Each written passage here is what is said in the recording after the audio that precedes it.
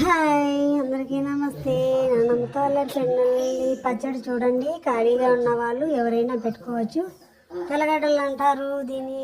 విడుచుకొని mixie కొట్టేసి కారం పొడి వేసుకొని కొన్ని తెల్లవాయలు అట్లా వేసుకొని మామూలుగా కోపు పెట్టుకొని ఆయిల్ వేసి కొన్ని ఆవాలు వేసి కొన్ని తెల్లగడ్డలు జీలకర్ర వేసి అన్నీ కోపు పెట్టుకొని మిక్సీ కొట్టి అన్నీ కరివేపాకు కొంచెం కొత్తిమీర కూడా వేసుకొని కొన్ని శనగలు వేసుకొని బాగా పైనాక అదంతా మిక్సీ కొట్టుకొని కొన్ని తెల్లగడ్డలు వేసి మిక్సీ కొట్టి మళ్ళీ కొన్ని తెల్లగడ్డలు జీలకర్ర అన్నీ వేసి ఆయిల్లో మసాలా వేసి ఫ్రై చేసినాక అప్పుడు బాగా వేసినాక దాంట్లో అంత కరివేపాకు వేసి కొంచెం కొత్తిమీర వేసి బాగా కలనొచ్చి బాగా కొంచెం వేసినాక అలా తీసేసి దాంట్లో అన్నీ చూపించాం కదా. ఇలా తెల్లగడ్డలు అన్నీ వేసుకొని ఇలా ఆయిల్ వేసుకొని అన్నీ తిరవాత పెట్టుకొని దాంట్లో ఈ కారం పొడి మిక్సీ కొట్టాం కదా, అంతే అండి. అయిపోయింది.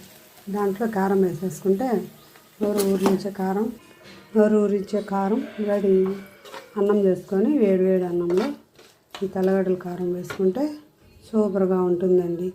నచ్చిన వారు లైక్ చేసి షేర్ చేయండి, కామెంట్ చేయండి, సబ్స్క్రైబ్ చేసుకోండి. హాయ్ ఫ్రెండ్స్, సూపర్గా ఉందండి. కలర్ కానీ కాంబినేషన్ కానీ ఈ వాటర్ రైస్లో వేసుకొని తింటే భలే ఉంటుంది. నోరు ఊరించేది. ఎవరైనా బయట ఉన్న వాళ్ళు